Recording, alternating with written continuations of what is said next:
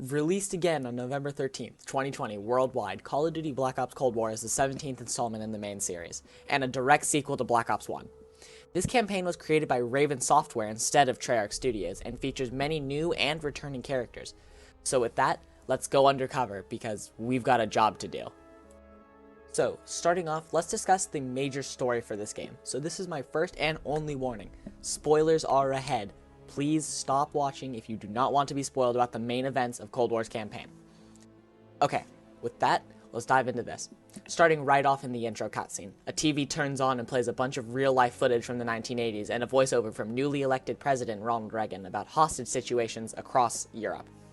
You then get an eerily similar opening from Black Ops 1 and you are introduced to Alex Mason, you know, only one of the most badass characters in Call of Duty history. You also get to meet CIA Special Clandestine Operator Russell Adler. You are in Amsterdam tracking down Qasim Javadi. You pay off an officer to buy you and your team time to chase down Javadi, and you meet with Sergeant Frank Woods. Sergeant Woods, you don't look like hammered shit. You move on Javadi and are introduced to the new dialogue feature in this game. You have a choice to either kill Javadi or let him go and make him a CIA asset. In my playthrough, I yeeted him over the ledge after getting the information I needed. You then move to Trabzon airfield in Turkey. You find Arash, and when he arrives, he shoots the two people in his car. And then you make your move on him. You blow up his plane full of weapons before it can take off, and you interrogate Arash. He then tells you about a Russian spy known only as Perseus. A few days later, Jason Hudson briefs the team on all the intel known about Perseus. President Reagan gives Adler's team the go-ahead, and you get to meet your protagonist, Bell. In my game, his name was Sam Bell, your mom. You get to pick a backstory and some perks to help you in-game. You then meet at a safe house in West Berlin, and you meet the entire team. Lawrence Sims, CIA officer who served with Adler in Vietnam, Lazar, Israeli and intelligence expert, and Helen Park, MI6 operative and best member of the team. You then think back to a time when you, Adler, and Sims were on a mission in Vietnam. You find Soviet intel and crack the code for an operative in East Berlin. In the safe house, you can view intel and have access to two side missions that have very little to do with the main plot of the game. However, it is best to wait on these until later. Also, you can talk to members of the team for funny interactions and also read bios of all the characters on the terminal in the back corner. On mission to East Berlin, you track Anton Volkov, meet up with one of Hudson's contacts, and find out about a nuke being smuggled through East Berlin. This campaign heavily emphasizes stealth, and I love it. There are so many different ways to attack a level, and it's amazing. After meeting with the contact, you move out across the city streets. You also have a side objective, which can lead to different outcomes in the end of the mission. After this mission, you move on to a different mission with Frank You Can't Kill Me Woods. Let's go. You take a peek behind the Iron Curtain and are introduced to Operation Greenlight, an American plan to set up nukes in all the major Western European cities in the event that the Soviets were to invade. In 1974, the president upgraded them to neutron bombs, capable of killing the people without harming the buildings in the cities.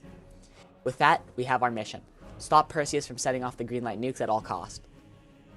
Next, we get a blast from the past and go back to Mount Yamantau with Mason and Woods, and we get to see the extent of Hudson and Co.'s destruction from years earlier. There is even neat little references to the numbers and Steiner.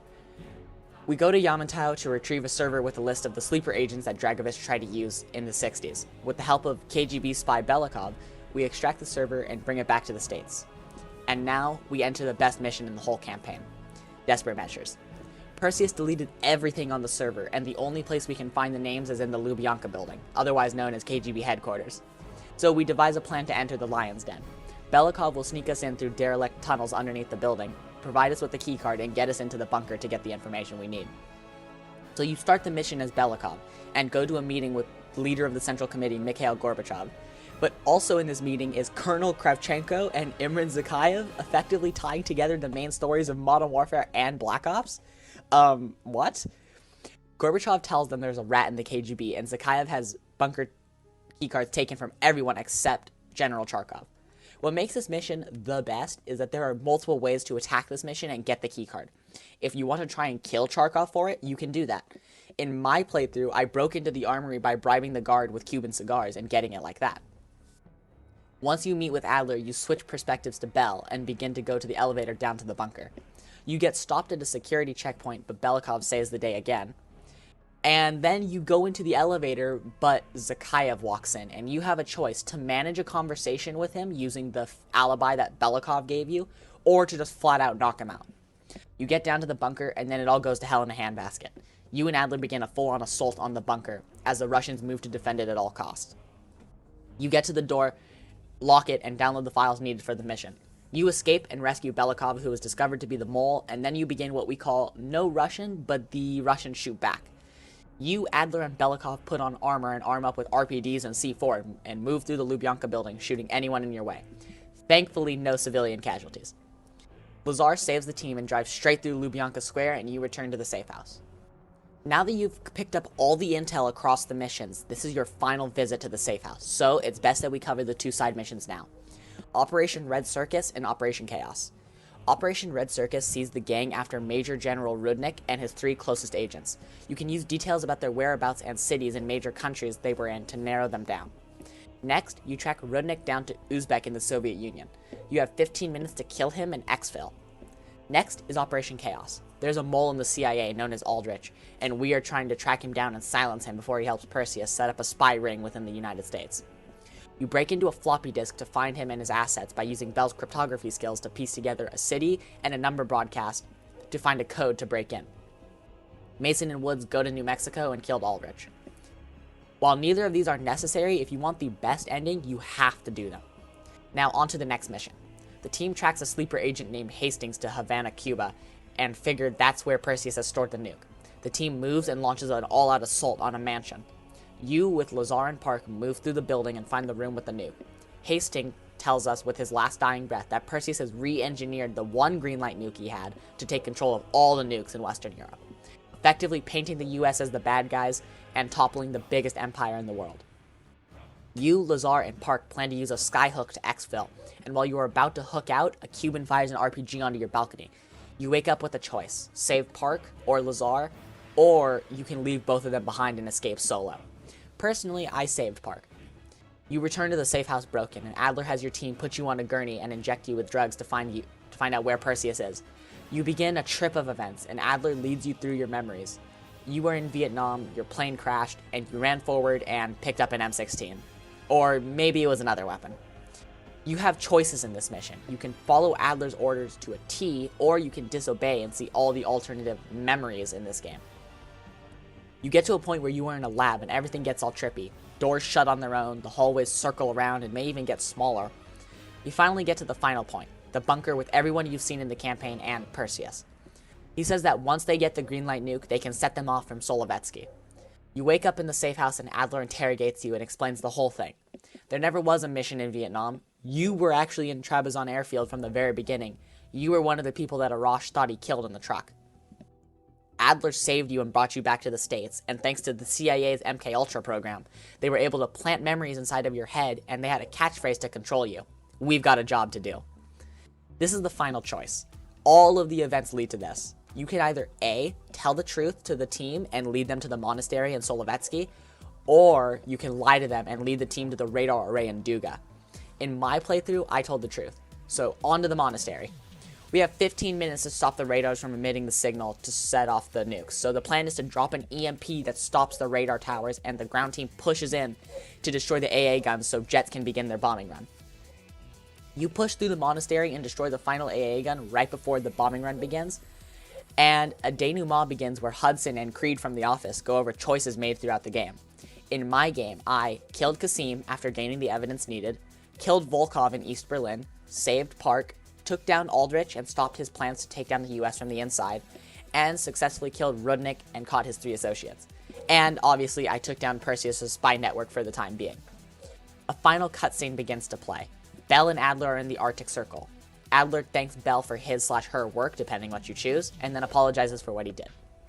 He then asks for one more sacrifice, and Adler pulls out his pistol. Bell does the exact same thing, and the screen cuts to black before we can know who actually fired the shot.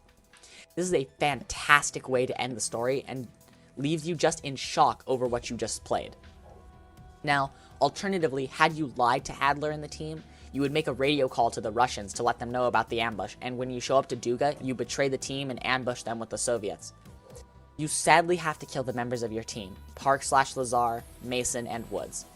You kill them and go into the building and find Adler, barely alive after the RPG impact. He asks you for a smoke, and you can relieve him and end his life, or you can offer to light it for him. If you do light it for him, he tries to stab you, which you quickly turn around and finally finish off Russell Adler.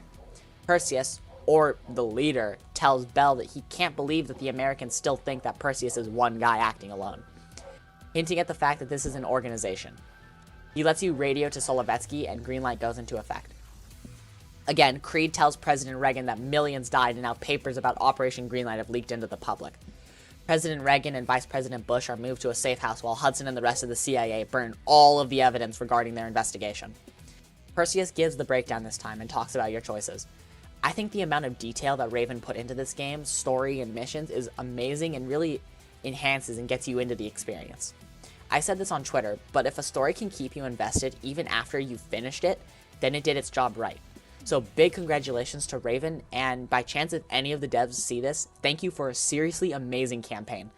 With that, we can talk about the things that didn't go over too well with me after the break.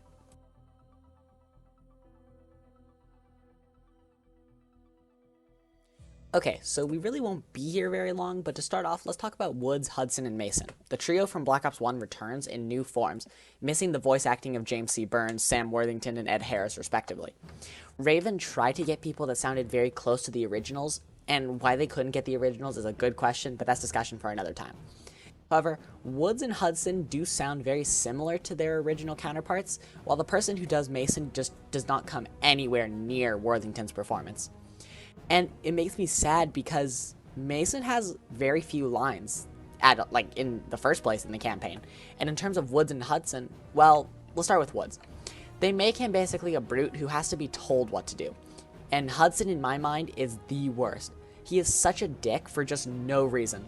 Look at this cutscene following the mission Red Light, Green Light. Yes, sir, I'm on it.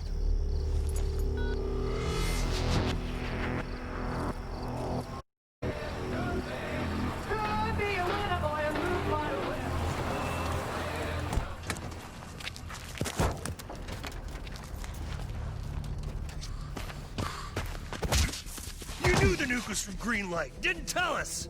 What else are you hiding? Maybe I can knock the truth out of you. You might want to rethink that, Woods. Everybody stand down. This little pissing match isn't gonna help us catch Perseus.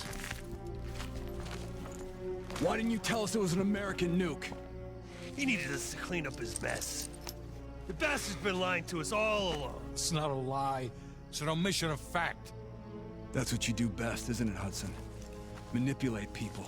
Tell them your own version of the truth. There is no truth. Only who you choose to believe. Adler knows all about that. Don't you, Russ? Operation Greenlight.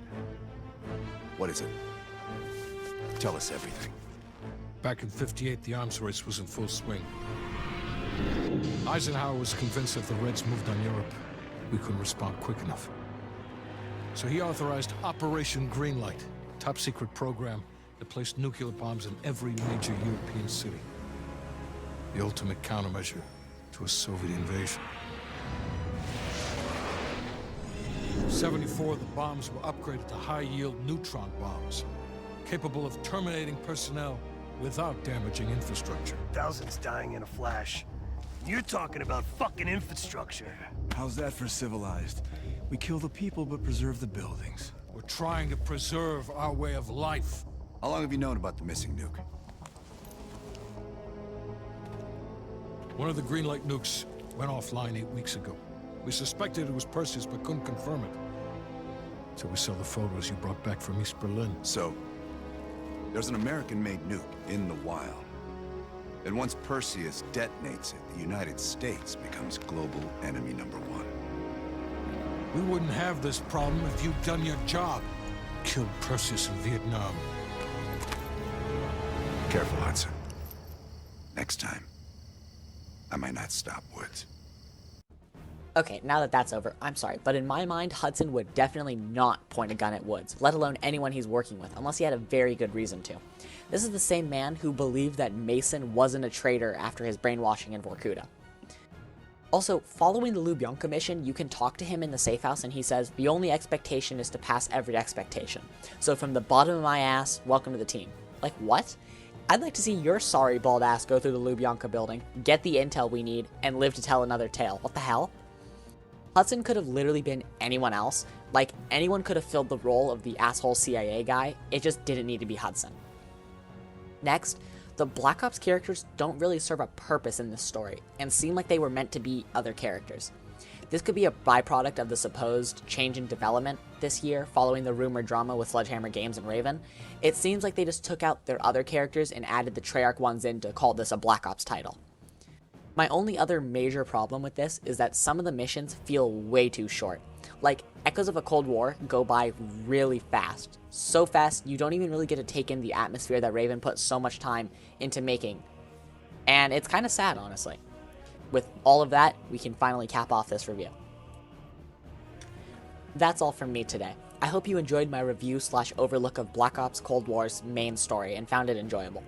Of course, again, I want to give Raven a huge congratulations on pulling this huge feat off and making an amazing sequel story to the original Black Ops 1. Before I end it off, this is my last video of 2020, and from the bottom of my heart, I want to thank everyone for the support that you guys have shown me in my endeavors to review different things about COD and other games. I started this as just a pet project, and I would have never thought it would have gone this far. So Happy New Year, everyone. Look forward to my review of Season 1 and why it really failed zombies after the New Year's. And as always, thank you for watching. Have a good day.